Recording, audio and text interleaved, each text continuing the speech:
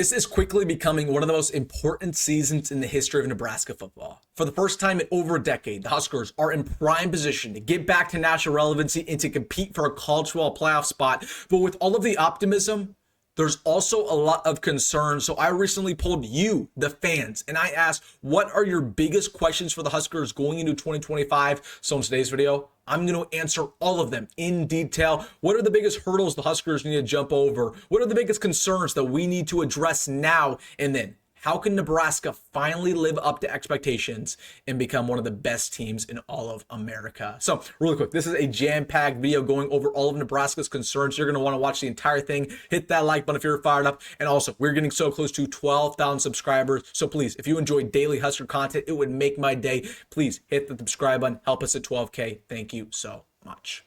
But without further ado, let's just jump right into it. We know how important this season is for Nebraska. It's a big stepping stone from being a good program to becoming a great program once again, to getting to 8, 9, 10 wins and potentially college 12 playoff spot. And there's a lot of optimism. There's a lot of fans who think that can finally happen, but there's also some massive concerns in our way. So I recently asked you guys what your biggest questions are. Let's just get things started with the number one question that I've received. You probably can guess what this is.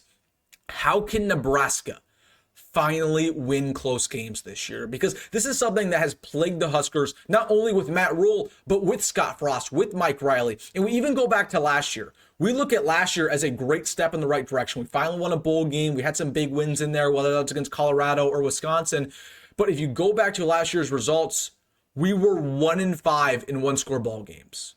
And it was even worse in 2023 with Matt Rhule. So while I think that Matt Rhule has done a very good job at Nebraska so far, one of the worst parts of his tenure is that he once again cannot win one-score games, just like Scott Frost couldn't, just like Mike Riley couldn't. Now, how does that change this year?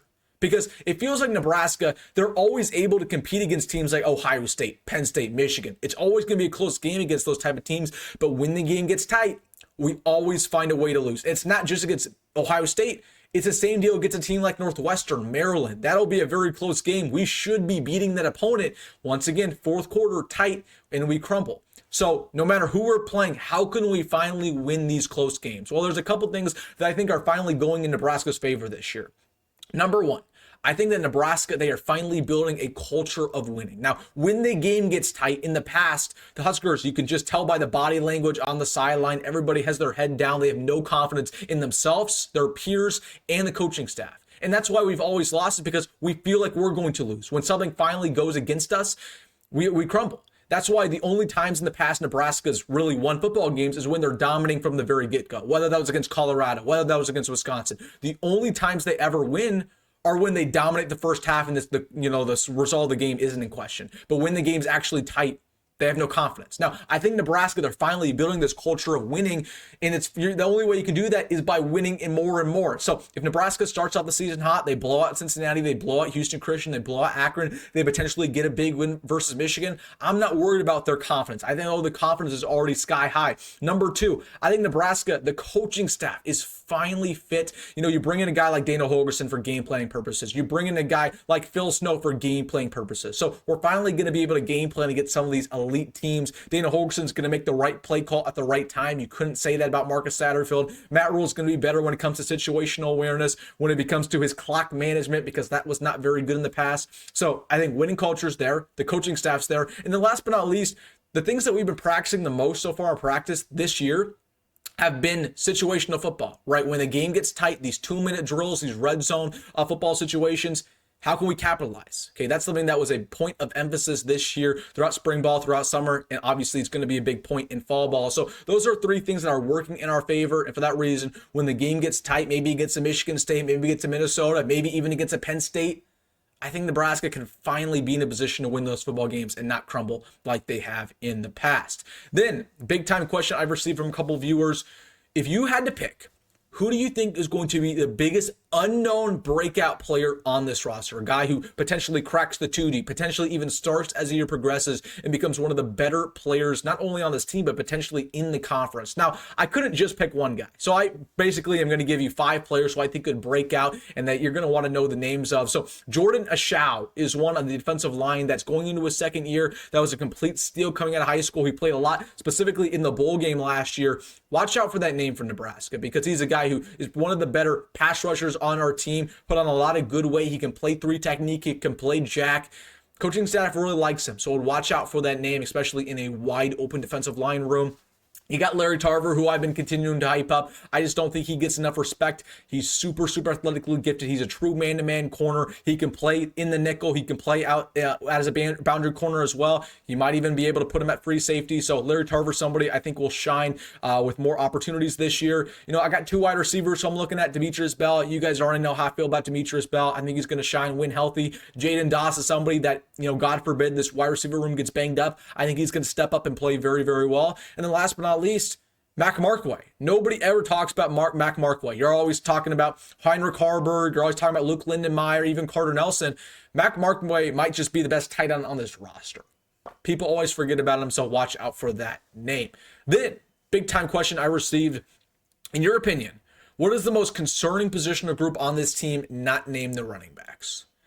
And I have a little bit of a controversial opinion. I think it's the offensive line for Nebraska. Again, I feel good about quarterbacks, feel great about receivers, feel great about the D, or not great about the D-line, but I feel like the D-line is going to surprise some people. Feel the exact same way about the linebackers. I think could be one of the better linebacker units in the Big Ten. I think the secondary is really going to surprise some people as well. We have a lot of talent there.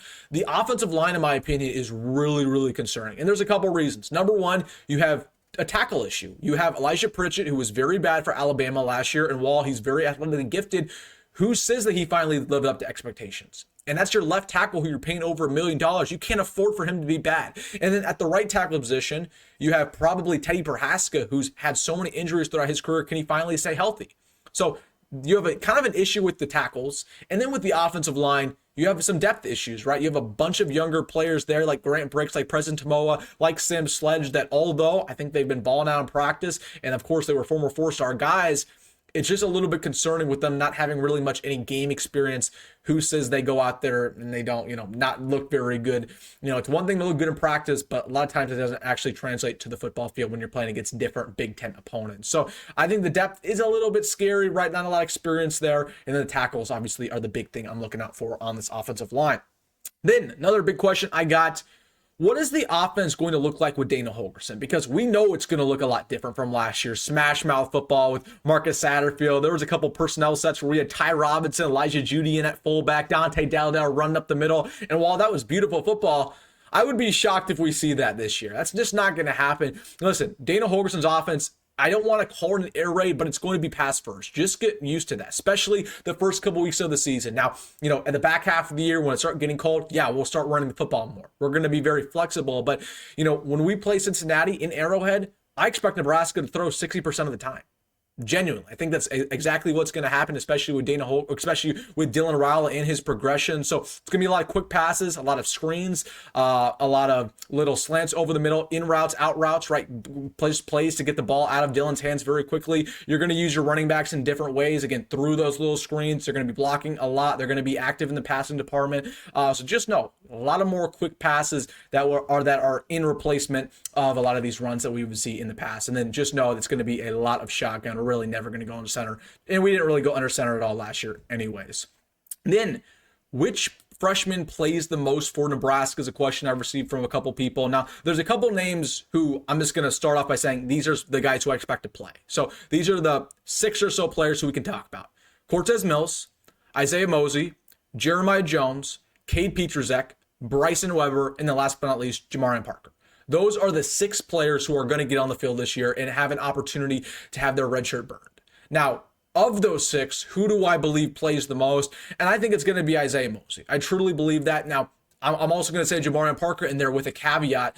Can Jamarion Parker stay healthy? That's the big thing I'm looking out for. If he stays healthy, he could be the guy who plays the most at that freshman spot. But Isaiah Mozee is just somebody who littered up all spring ball long. He has positional flexibility. He can play on special teams.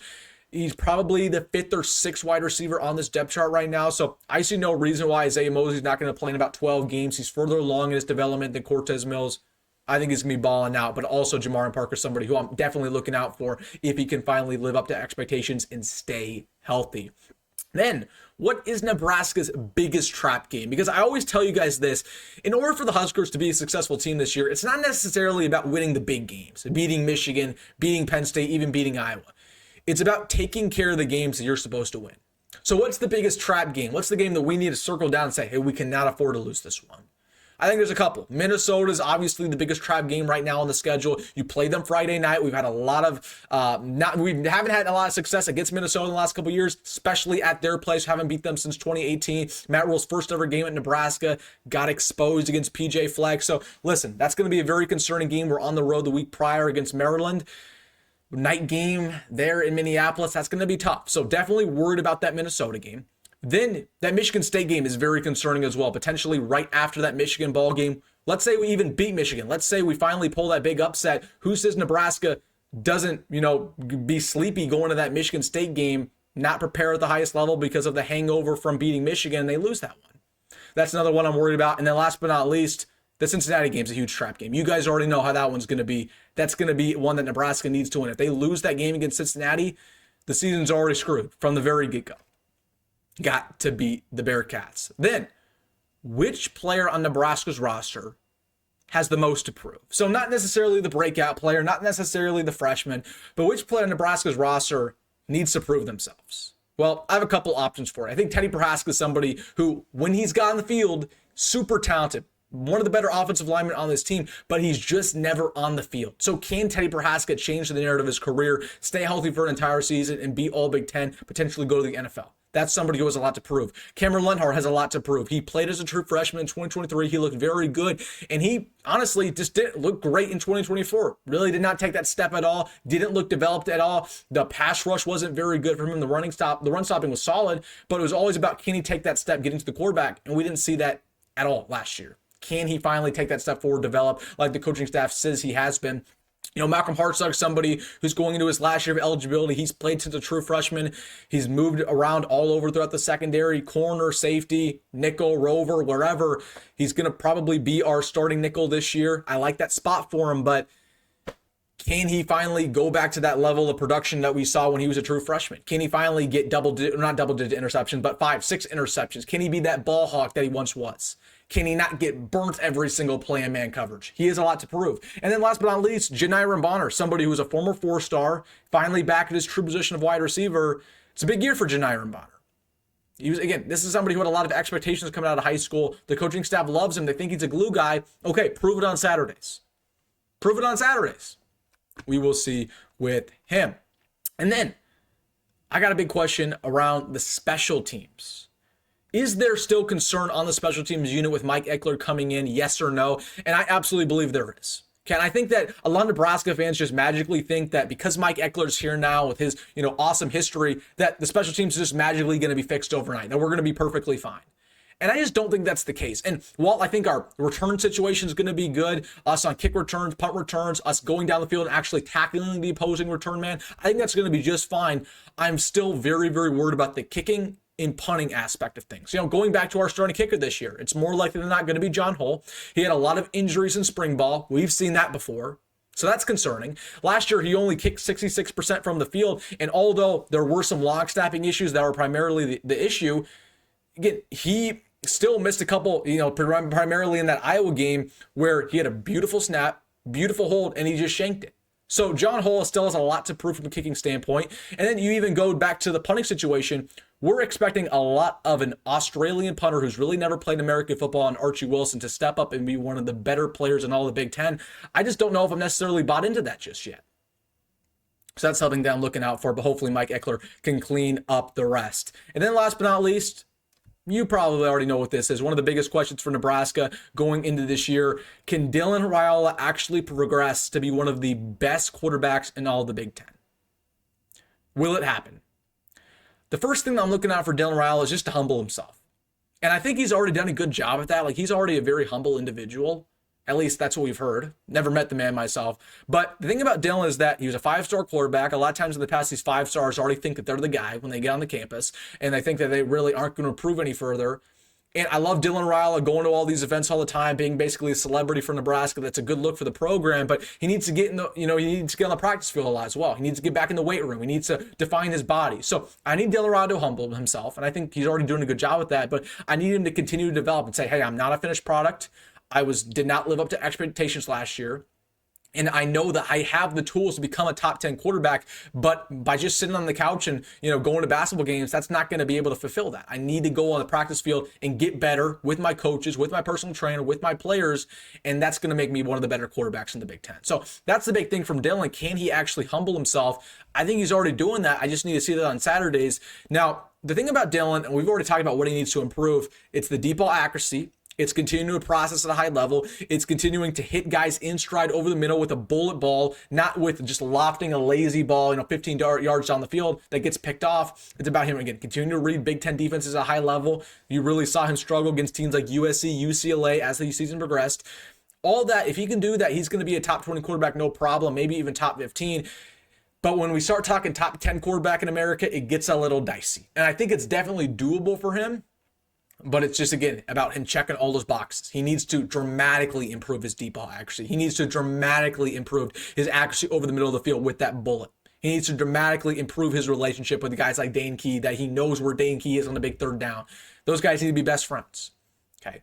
And I'll just tell you this. If Dylan Raiola can become a top 10 quarterback, which I think is doable, there's no reason why Nebraska can't make the playoffs. Because when you have a top 10 quarterback, their play alone will elevate you to win ball games they probably shouldn't win. Okay, that doesn't happen with, mid top 20 quarterbacks, top 15 quarterbacks.